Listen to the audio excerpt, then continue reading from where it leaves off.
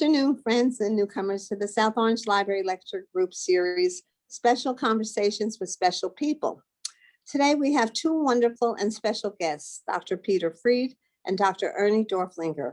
I was highly recommended to them by one of our favorite guest speakers and friend, Lisa Jordan, who spoke here on her and her husband, and they're from Drew University. Peter is a professor in the physics department at NYU Tandem School of Engineering, is an expert in computer vision, underwater acoustics, fiber optics, and X-ray astronomy. And if I use the word expert, I believe you are. Dr. Ernie Dorflinger is a neurology specialist in Chatham, New Jersey, and both of them are concerned with climate and its effects and have studied it, and we all should be concerned. And today's topic will be climate action. So now it gives me great pleasure to introduce our very special guests, Dr. Peter Fried and Dr. Ernie Dorflinger. Thank you so much. I'll let you, now the floor is yours. Okay, just a quick one. I want to thank you, Phyllis, for having us, and thank everybody for giving up a beautiful Friday afternoon to listen to your Zooms. And we intend to pick up a little bit where Lisa left off. I believe Lisa gave you a talk about the climate crisis and some of the impacts it can have. Ernie and I, over the last year or so, have been working together and learning a lot about the climate crisis and becoming more and more alarmed about the situation. And we basically asked ourselves, what can we do? What is the plan? Can we slow this down? What can we do? And that's what we're going to try to talk to you about today. Ernie is going to spend some time just reminding you about the severity of the problem and start to talk about things that are being done to try to address this. And my hope is that I can maybe make it a little bit local and talk about how we on a local level can contribute to an effort to fight this. Ernie, I'll ask you if I've forgotten anything in terms of introductions, or if you'd just like to get going. I think I'll just get going. Yep. Okay. I will put up some slides. If let's see, I'm going to try to share my screen, or unless you want to do this, Ernie, and pace yourself. I guess that would be easier. Pace myself. Okay, so why don't you share?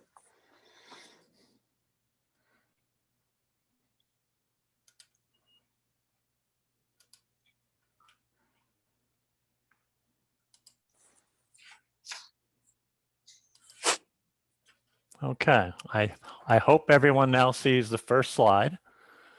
There's many people who are on the phone alone without the computer or iPad. So if you would just read it at the same time. Yeah, well, we'll use a lot of words to describe things. The first slide has a picture of the South Orange Library from many years ago. Right. And, that's right. And we're talking about climate action. And we're saying that, yes, people can help. And then there's a few points on the first slide I'm going to tells us about what I'm going to cover, and then Peter's going to cover. First, a little bit about the climate crisis itself, that it's real, and report on some of the local impacts, showing that it is significant, it is bad, and that the plans are developing, including the state of New Jersey has become very active in advancing plans for climate change. And then Peter will talk about the subsequent points, which are local action being needed, an example being electronic vehicles, cars, and then how we should pace ourselves and plan for the long haul, because climate action is going to take some time. So the first slide is just showing the temperature change in New Jersey. I pulled this information from the state climatologist, who's a professor at Rutgers. Data's there, anyone can grab it. And what it shows is that since recording in the state about 1895, the temperature has gone up on average from about 50 degrees year-round average Fahrenheit to 54, which is approximately a 4-degree Fahrenheit increase, which is 2.2 degrees centigrade, which is significantly more than the global average, which has been a little over 1 degree centigrade. New Jersey is warming more quickly than average. And the next slide shows a little bit of a map of the Northeast US, and it's color-coded to show the changing temperature again over the same interval of time. And what it shows is that central New York and Pennsylvania are shaded on the very pale side, suggesting relatively small increases compared to New Jersey and the coast around New Jersey, including Long Island. Those areas are dark red, and there's a central splotch right south of us in New Jersey that has a warming of more than 2 degrees centigrade. This may be due to ocean effects, but it's been, I think it's been confirmed substantially that we are locally seeing more temperature increase than most of the world. Another major physical occurrence with global warming is sea level rise. So the next slide shows our own Sandy Hook. And again, this information came from the state climatologist with a host of data points, and then fitting a line to it, it shows that since the recordings there were begun around 1930, we've seen about a 15-inch increase in sea level at Sandy Hook, which is quite substantial. If one is familiar with the Jersey Shore and the Barrier Islands, a 15-inch increase is very substantial. And if it continues going up at that current rate, it's going to bring a lot of trouble. The next slide is just to make a point that we've known about that climate change was likely to occur for a long time. This shows a picture from a journal, Popular Mechanics, from 1912, and it's entitled Remarkable Weather of 1911. And the point they're making is that they're looking at all the burning of coal in that year and how much carbon dioxide would be released into the atmosphere. And what they say is that this carbon dioxide tends to make the air a more effective blanket for the Earth and to raise its temperature. And this effect may be considerable in a few centuries. So this is over a century ago, and it's really quite accurate. This is a very busy slide. Just going to make a quick point. This is one of many versions of the heat trapping blanket, or sometimes called the greenhouse effect of the Earth. And what you see at the top left is how much energy comes into the Earth from the sun, the number being 340. And the other two bars pointing up and out sum up to just under that at 339. So less energy is leaving than is coming in. And that's indicated by that small number of 0.6 on the lower left. That small amount of additional energy that comes from the sun and does not leave the Earth is what's warming us. And where that's happening in this picture is over on the right, where it shows greenhouse gases. They collect warm air that rises from the surface of the Earth and retains it, and therefore it stays in our atmosphere.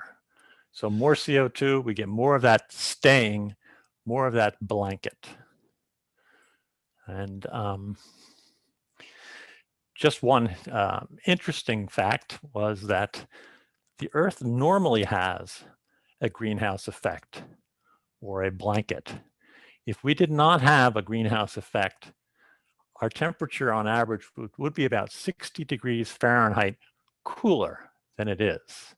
So instead of a world average temperature of around 60 degrees Fahrenheit, if there was no normal greenhouse effect, our climate would be about 0 degrees Fahrenheit and would have made human civilization a real question mark in terms of how it would have developed. So, but that 60 degrees that we've had historically for the last many years as a heat trapping blanket is going up. So this slide shows some pictures of the CO2 in the atmosphere, the measurement in the atmosphere, over different time intervals. The first one on the upper left goes back 10,000 years. And you can see that the CO2 concentration was relatively stable over our history as a species, our written history certainly. And then you can see at the very right that there's very steep climb off the top of the chart in the very, very recent future.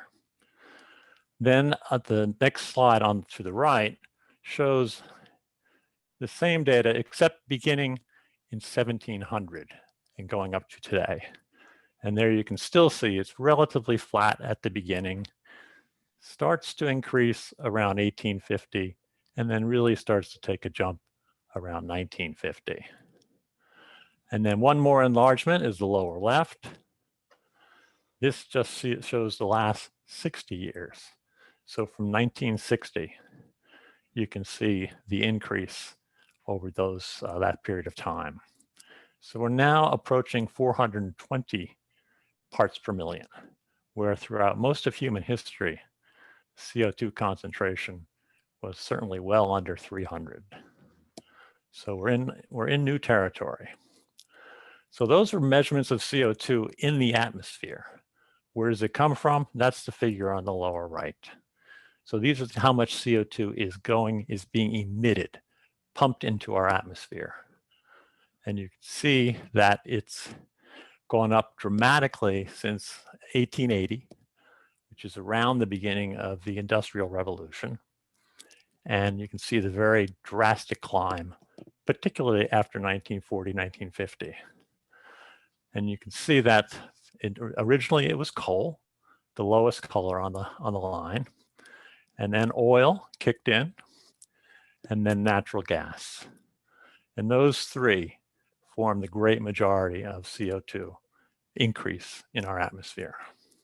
It's from burning those three fuels. Now, looking into the future,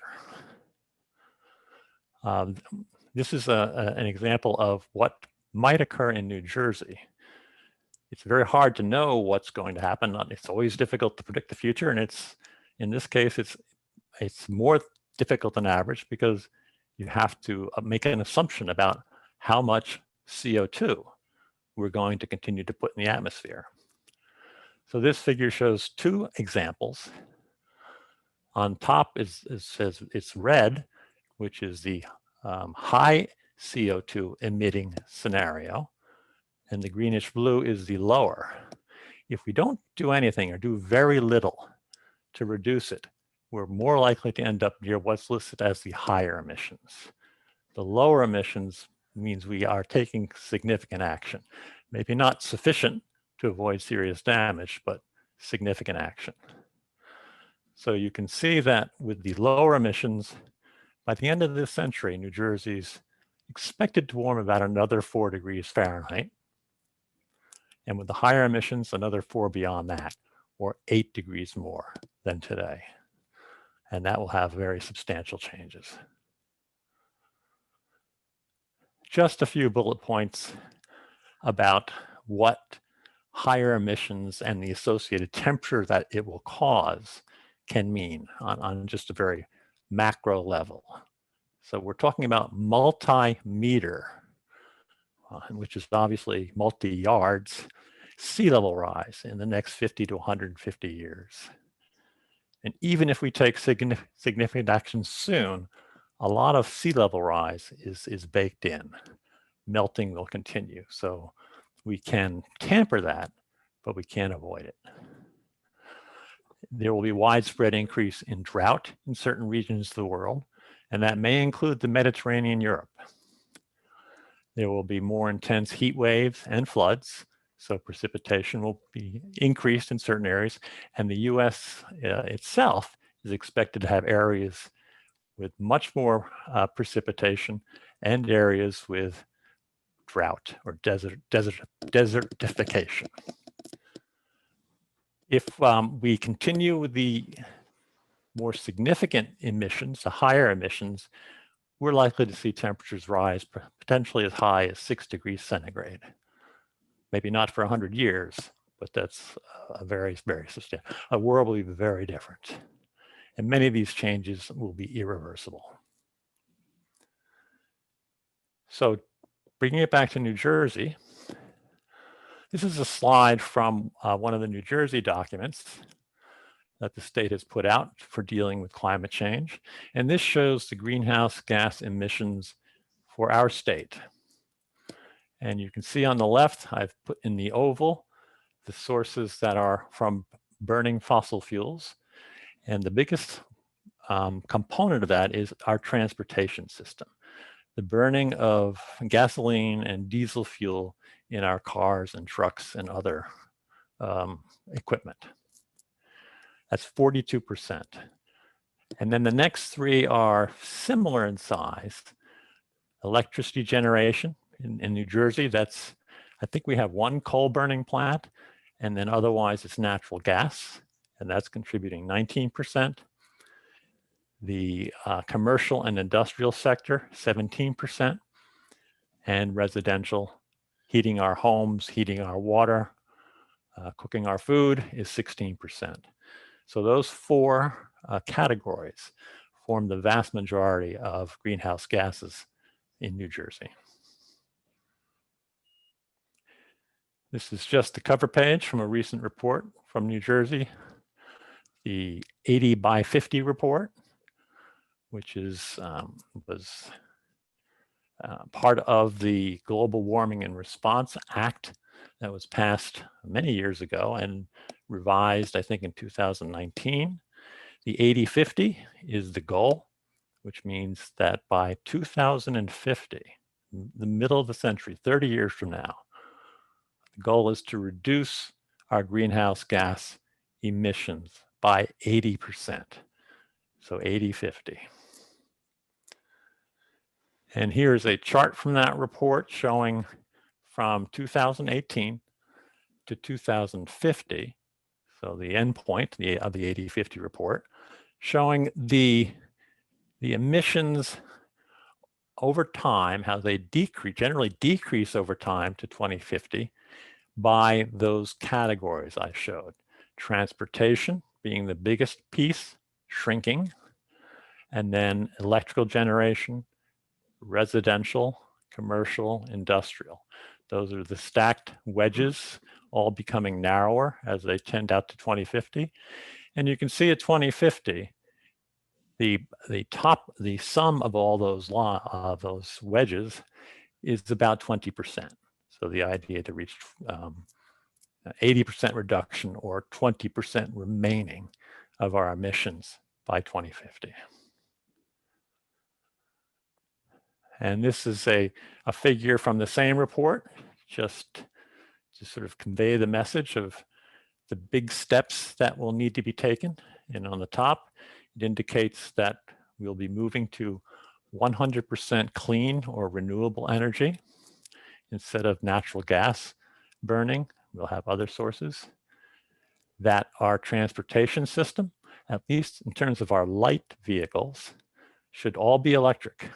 All new vehicles at that point will be electric. And at the bottom, it shows that by that time, 2050, the target is to have 90% of buildings electrified. And that really means that the buildings will no longer have furnaces for burning natural gas or heating oil.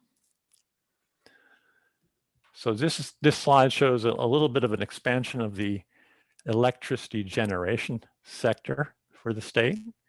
So from 2020 to 2050, You can see on the left what our sources of energy are now for electricity generation. It's nuclear, and then the next is fossil gas. And then we have a small amount of solar, wind, and offshore wind, and well, very little offshore wind, but we also have wind as well. And then you can see going out to 2050, the total energy, electrical energy that the state will use is about double what it does today. So not only do we need to move off of fossil fuels, we need to provide more electricity, twice the electricity, because there won't be those fossil fuels to move the cars. We'll need the electricity for the cars. We'll need the electricity to heat the homes. So then looking at it 2050, you can see the nuclear component stays level. The fossil gas diminishes to 0. And then you see these very broad expansions of solar, offshore wind, and PJM wind, which is our regional energy system, PJM. So that's the electricity generation system. Now this slide is on transportation, just looking at cars and light trucks that are almost all gasoline or diesel fueled currently. And it shows that we have almost 6.5 million of these vehicles in the state, and that we will have, in terms of registrations, the goal is to have no gasoline or light diesel vehicles in 2050. And you can see the decline over time. It starts out slowly, and then it declines more quickly beginning around 2035. That's transportation. And then we talked about building electrification. So you can see right now, the percentage of buildings that are entirely electrified is about 5%, very small.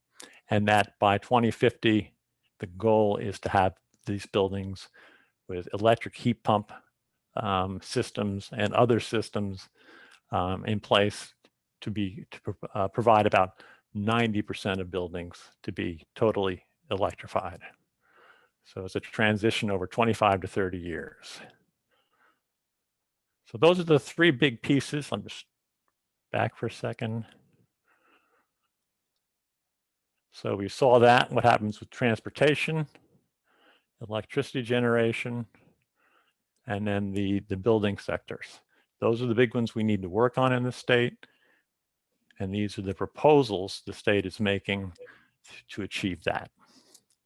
So at this point, I'll be turning over the presentation to Peter. Thank you, Ernie. If you unshare, and then I think I need to share. Yes, of course. So, and I will actually go backwards. No, I still can't share. Okay. Stop share. There okay. You go. Okay. Now, one thing that I forgot to say at the beginning when we were doing introductions is we would like very much for this to be a conversation, and if people have questions and can get our attention, we don't always pay attention to the chat while we're talking, or if you want to even say, excuse me, and just shout out, I would rather that we entertain questions from people almost in real time rather than asking you to remember them all to the end. Another way to do that, if it works, is to have the moderator, I forget who he is, people could put questions in the chat and then he could relay them to us. Excellent. Excellent. Michael, are you there? Or? Yeah, it'd probably help if you just want to give your presentation, then we can just open the room up and people can raise their hands, or yeah, usually people just go one by one. Okay. If there's important questions someone has, they don't understand something we're talking about, they can also raise it in real time. If you could flag that, that would be good. Okay. I'm going to share my screen now and actually go back a slide, or no, wrong one. I want to share that one, I think. Share, can I share that? Okay, let me go back a slide and then, okay. Ernie has, now, nope, that's not the one I wanted. There.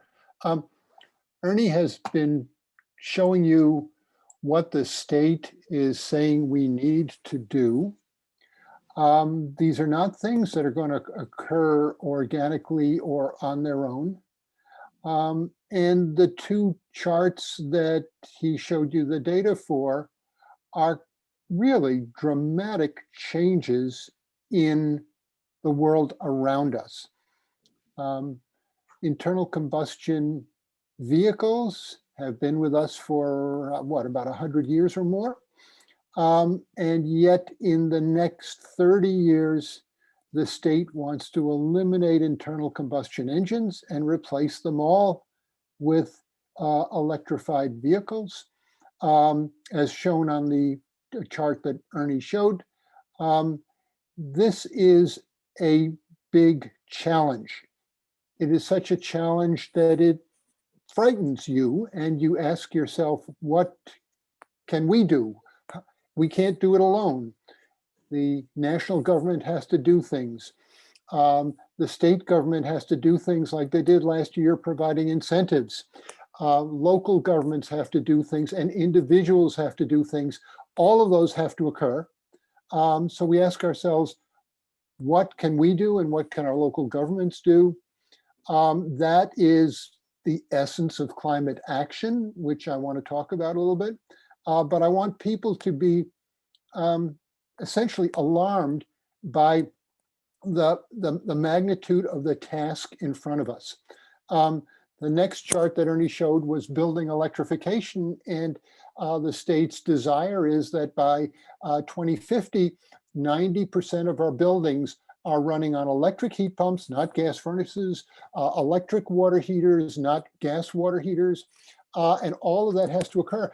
And what do we know about those systems? Those systems are long-lived systems. So if you want by 2050 to have 90% of your buildings be electrified, they've also calculated that by 2030, 75% of all home heating units that get sold have to be electric, and all home water heaters, 75% of those have to be electric. That's in 9 years. So you can imagine what that means for local industry, for national industry, for people to change building standards, building codes, and all of that, so that in 8 or 9 years from now, 75% of new buildings, new homes are being built with this way of heating that is just not in wide use today. That is a huge change. And I want to talk briefly about that. Let me go to one chart here, which is called our carbon footprint. I know some people can't see this. This chart is a bit of a diversion. It simply shows that we have been able to measure the carbon emissions that are due to our energy use in towns like Madison, where we live, where I live, next door to where Ernie lives. They've done similar things in Princeton and in Chatham.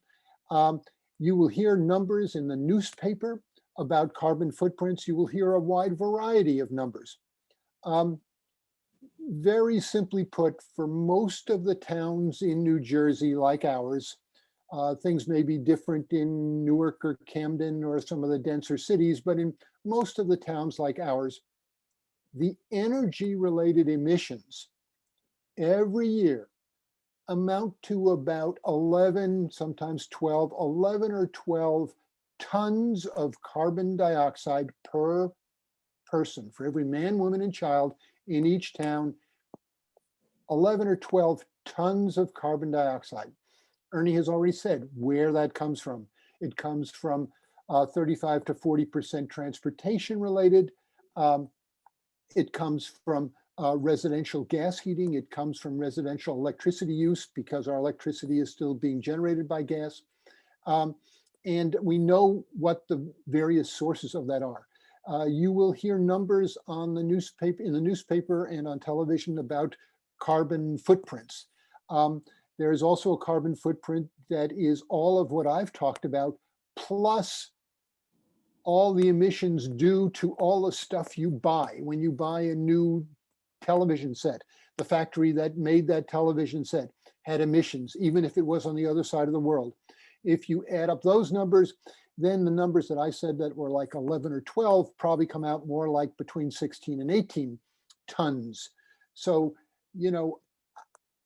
in this country where we live a good lifestyle, our lifestyle and our energy is really responsible for a lot of emissions. In other countries, the per capita numbers are much lower. You will hear people say, well, China is the worst contributor to emissions. Yes, they are, because they have the most people. Per person, their emissions are per person less than half of what ours are. So you have to be very cautious when you see these numbers, not reach conclusions too quickly, because these numbers can be taken a variety of ways. So I just wanted to basically show you this. In this country, for our energy related things, you can remember a number like 11 or 12 tons of carbon dioxide every year is what we have to work on to reduce, to work on this global warming problem. Let me go to the next slide. The 80 by 50 plan that Ernie talked about, 80% reduction by 2050. Here's a curve that shows that in Madison today, those 11 or 12 tons per person amount to 200,000 tons, 200,000 tons of carbon dioxide due to our energy consumption every year. And you see a curve on the page which says that by 2050, we want to reduce that to 20% of that. Curve looks very much like the national curve. So this curve is a desire, an ambition. And the question is, what are all the things we need to do to get there? For New Jersey, for Madison, New Jersey, for South Orange, the key things are 3 points that are very clear. Ernie talked about them. They were in the triangle he talked about. Make all your electricity renewable. Then use just electricity and don't use fossil fuels for driving your vehicles or for heating your house. And then in addition to that, because you can't do those two things perfectly, in general, we have to become more efficient in the use of energy and the use of whatever fuel we're using. So those 3 points, very simple points, all of them are huge ambitions, but they're very simple points. Those are the 3 things that we need to concentrate on. The next slide says, in fact, let me get away from the slide for a second. What I'd like to talk about is an example of what we need to work on. It's not everything, but we're going to talk about electric cars in our towns. The state of New Jersey has said that to make the plan that Ernie showed happen, they want to have 330,000 electric vehicles on the road in 2025. That's 4 years from now. I heard about that number and I said, wow, that sounds like a lot. What does that mean for me? What does it mean for Madison, New Jersey? What does it mean for South Orange? I want to see if I can ask people a question and get people to guess a number.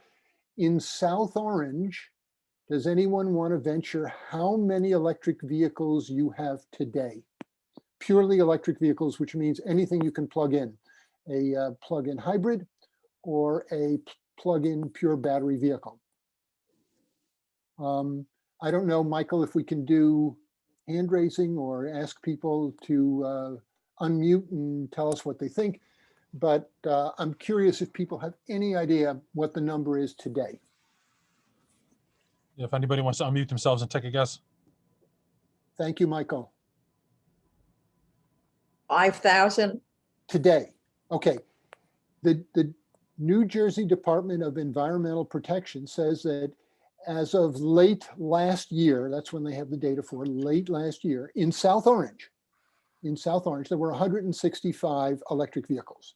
Wow. Okay, 165. Well, okay, that's a nice number. In Madison, it's about 100 and it's a very similar number in Madison. It's about 150.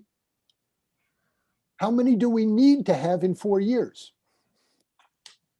Anybody want to venture that if the state gets to 330,000 vehicles, how many need to be in South Orange for the state to reach that number? Okay. I'm open to wild guesses. Do you know offhand the number of vehicles that give them a denominator so they can work on a The number of percentage? vehicles in South Orange is probably not much different than the number of vehicles. I think in Madison, populations here is 16,000. I think your population is in that range. We have 9,500 vehicles registered Okay. here. Right. And so you probably have between 9,000 and 10,000 vehicles registered in South Orange. Of those, we need to take that number of 165 today, we need to take that number 5,000? up to 1,550. Okay. 1,550. Okay, so here's the answers to all the guesses we've been doing. New Jersey's goal, 330,000 by 2025. Today, we have about 1/8 of that. South Orange, today you have about 165, or late last year, you have 165. And your goal for 2025 is about 8 times that. That's a significant increase. For those people that can't see the chart, there's a chart here which shows EVs in South Orange from 2017 to today, and it rose from some number that is probably about 60 or 70 up to the 165 you have today. And from today's number, in 4 years, you have to get an additional almost 1,400 EVs. That's a huge increase. But these kinds of numbers that the state is asking us for are useful because we can tell each year, are we doing enough? The state has given us targets to shoot for, okay? We're not doing it all by ourselves. We need state action. We need Elon Musk to make us some cheaper EVs. That's But Chevrolet is doing it, and there are lots of things. There are lots of people bringing out EVs. They're coming out like wildfire now, but they still are a little more costly. People are still concerned about the range of the vehicle, so we need industry to work on that. We need the government to provide incentives, which it already does for that. We need the state to do what it did last year. But this is a tremendous growth curve that we need to meet in South Orange. And believe me, the curve looks almost identical in Madison and similar towns. In order to meet the state goal, and the scientists who work for the state have determined that that's what's needed to do 80 by 50 to forestall climate change. So I'm going to put up a slide next with a list of all the kinds of things we could do locally to encourage more EVs. Before I put it up, I would ask everyone to think, what are all the things I could get my town government to do? I'm not going to be so ridiculous to say I want them to ban internal combustion vehicles, but there are lots of things that local organizations, local governments can do to create a more supportive environment for electric vehicles and to encourage people to buy them. By the way, I want to say again, I am not an electric vehicle salesman. I am using this as an example of something we need to be working on locally. With that, let me go to the next slide. I say, what can we do locally? If you were thinking at the end of the last slide about what we could do locally, you will probably see what you were thinking of on this list. Obviously, the one thing that many towns are doing is to install public charging stations for electric vehicles so that when people travel, they have a place to go and recharge their vehicle. Okay. What other things can each town do? You can encourage and even require that your municipal vehicle fleet be electrified. Yeah. Sends a strong message to people. Is somebody talking? Excuse me. Other ideas? No? Okay. Lots of towns now are working on their building and zoning codes so that their building codes encourage builders to put in the wiring for EV chargers or to install EV chargers in their parking lots. Those building codes are crucial to having buildings and residences in the future supportive of people who have EVs.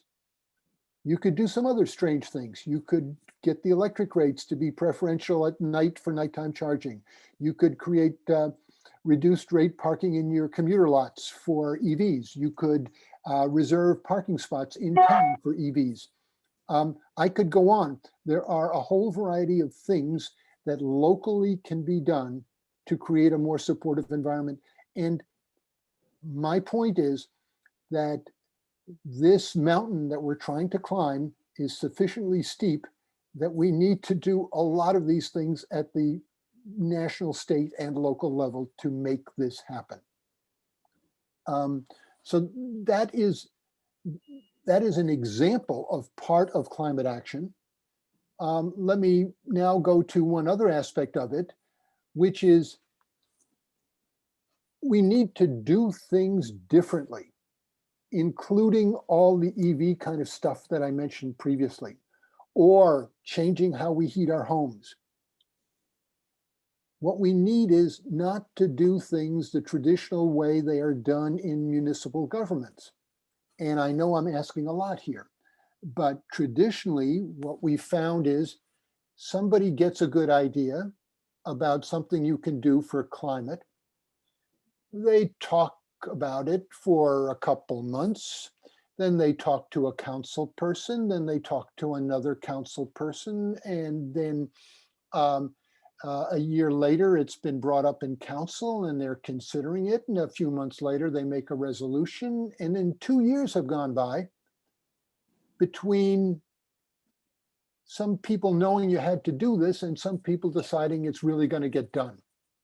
So that is just too long when you look at the curves that Ernie put up or the curve that I put up.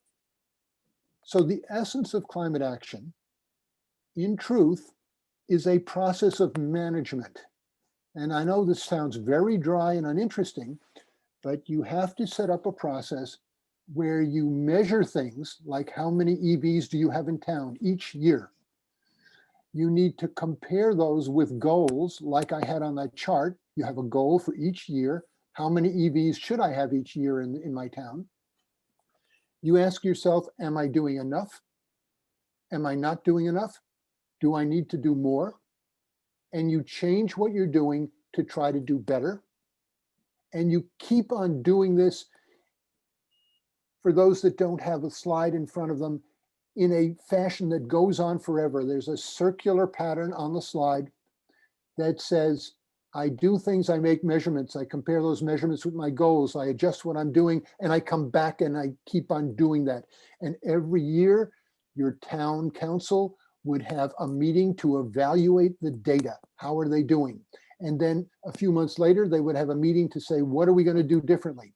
And those two meetings would occur every year, so that your town government and your green teams become involved in a process that manages climate action on a continuing basis because it is a priority. Many years ago, there was a phrase attributed to Jack Welch, I think, or maybe it was to Benjamin Franklin, but it was to one of those wise men. It's at the bottom of the slide, and it says, you can't fix what you can't measure. And Right. it is really true about this kind of stuff. So the essence of this is to do it continually and to keep on measuring stuff to see if you're doing well enough. Let me see, my next slide just talks about some examples of other things that could be put into this process, just like I've shown you with electric vehicles.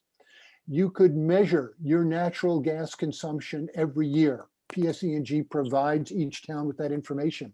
That tells you whether you're decreasing your natural gas each year and are you doing better on electrification.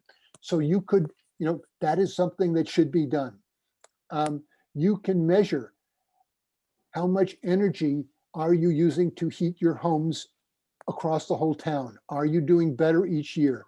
Is your residential energy consumption getting more efficient? These are all things that we need to work on where we can make measurements. We can check every year how well we're doing, and then we can come back and adjust what we're doing to meet the goals the state has set for us. I'm nearing the end of this. As you can hear, I'm running out of breath. I want to also highlight what some things that Bill Haskins of your Environmental Commission in South Orange mentioned to us. That the town is working on one important aspect of this, which is where does the town get its electrical energy from? It is an energy aggregation program partnering with other towns in Essex County to get greener, more renewably sourced electricity for most of the residents. And there's a website where you can learn more about that. It's on the slide. He also asked me to ask everybody, and I encourage this, is that you follow the work of the Environmental Commission and the Green Team. They have a Facebook page, and they have a blog that they maintain, and getting involved with this is the most important thing that all of us can do. It's what basically brought Ernie and I over the last year to come here and make talks like this. So in short, in summary, we've been telling you, Ernie's been telling you the climate crisis is real. He's shown you data, he's shown you clear evidence, he's shown you how it affects us locally. It affects us already today financially. A substantial portion of your taxes and your finances are going to the future impact of climate change. However, the state of New Jersey is a leading state in the country, one of the leading states in coming up with a plan to address this. The plan is ambitious. And I tried to give an example of what we can do locally to support the state's plan and how we have to manage those things through climate action. I think that's basically it. Yeah, we're into a question period now. I always, at the end of this briefing, I put a picture of my granddaughters because I think for all They're of us. beautiful. Thank you, thank you. They are beautiful. In 2050, that's their world. Yeah. And Right. I want to make it as Right. good as possible. Yeah. What a wonderful talk. The two of you gave us so much information. I want to thank both of you, Peter and Ernie, for enlightening us with a lot of local things that we did not know. I have a question, which unfortunately, I would love an electric car, okay? And I know that the Chevrolet and all the car dealers are now working on it. What do people do with their old cars? We're not, we're talking Madison and South Orange. I'd like to know, what do people do who can't afford even a cheap electric car because they can't get rid of an old car that's been running for maybe 15 years and wasting a lot of gas, unfortunately. That's, you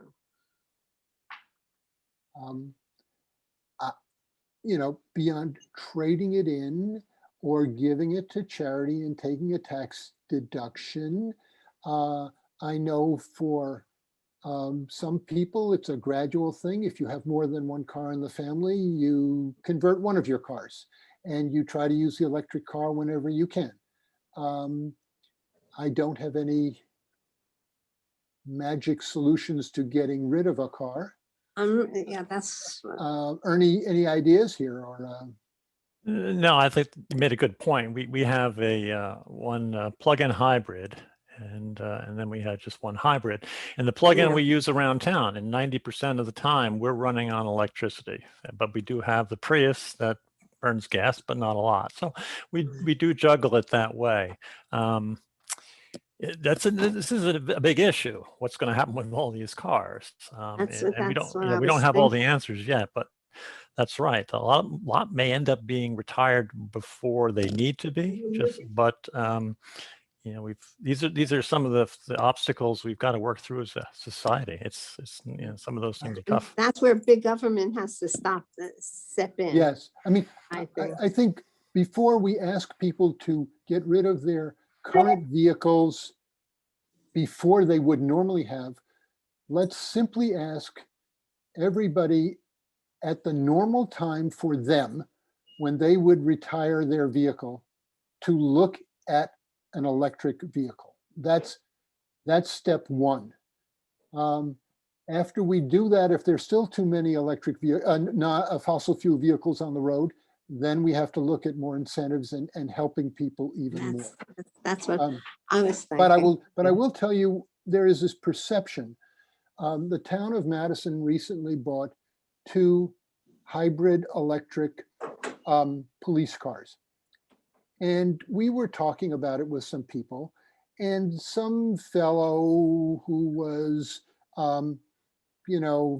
grumpy about things, he said, "Oh, I don't like this business where we pay twice as much for a hybrid electric police car just so we can say we're using an electric vehicle." And we did some research on what it costs. The costs, when you compare them with the fuel you save, are not that great. For the hybrid electric police cars, we did the calculations, and you pay an additional $3,500 to make it hybrid compared to what you would have paid if it was a regular old-fashioned police car. You save that money in the first 2.5 years you use the car. So after 2.5 years, you've saved an amount equal to what you paid to make it hybrid. And after that, you're making money on that vehicle.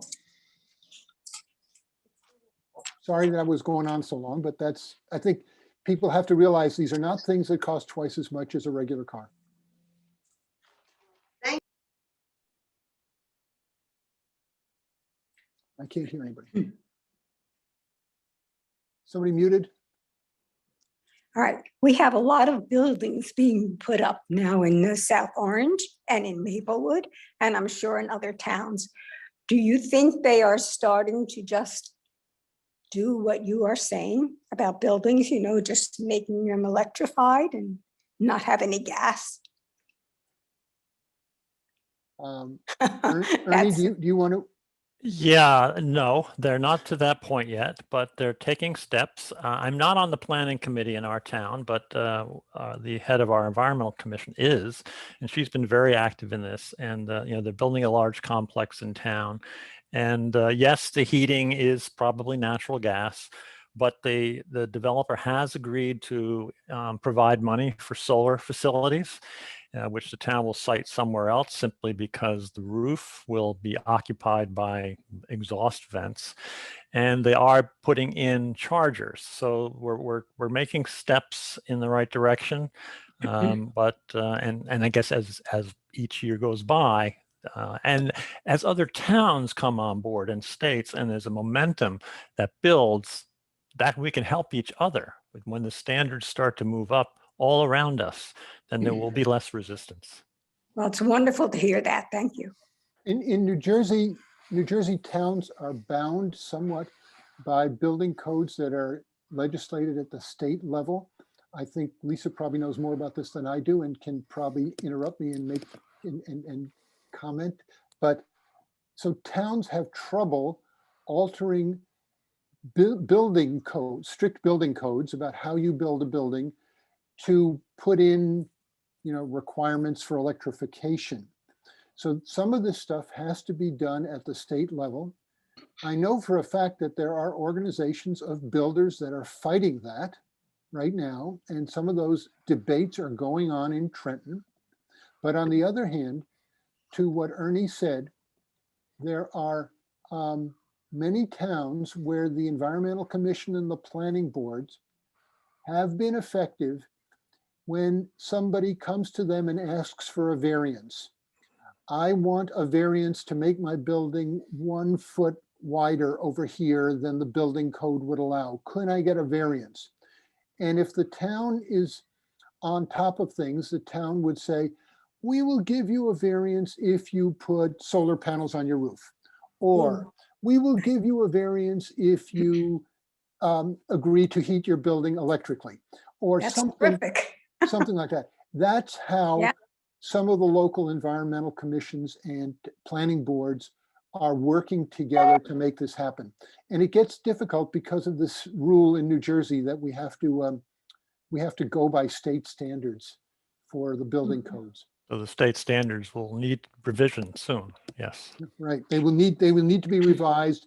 If you hear about these things, don't turn off the television because it's a dull discussion about things going on in Trenton. It's actually important stuff. Right. And this meeting, this discussion is climate action. By Yes. spreading the news, discussing it, and then Mhm. many of you can go out and discuss it with people.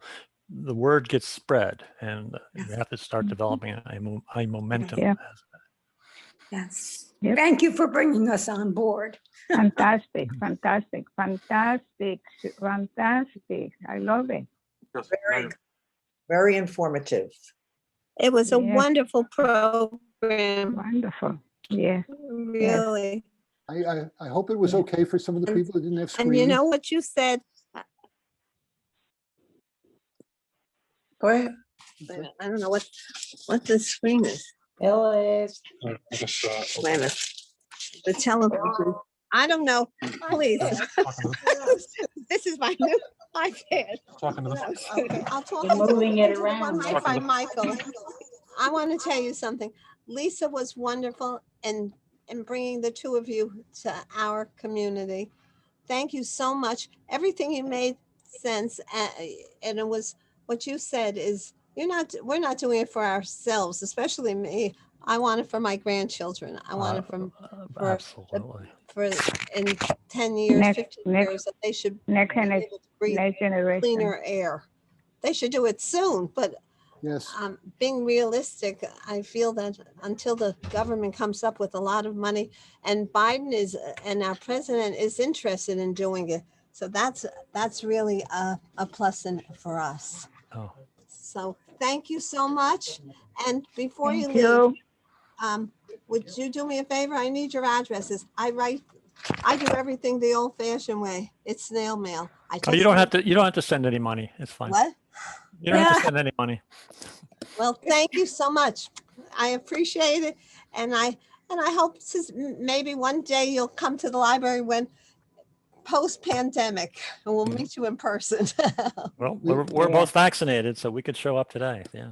I hope so. And she'll have cookies for you. Maybe with masks on, maybe without, we don't really know. Thank you very much for having us, Phyllis and Michael. Thank and you, everybody. Peter. Thank you, Ernest. You're And welcome. Lisa. I can't- And Phyllis, thank you. Thank you, Phyllis. Thank you again. And Bye. Michael, too. Have a Michael, good thank And day, Michael. everyone. Be Very safe, be nice. healthy, and buy electric cars. you. Very nice.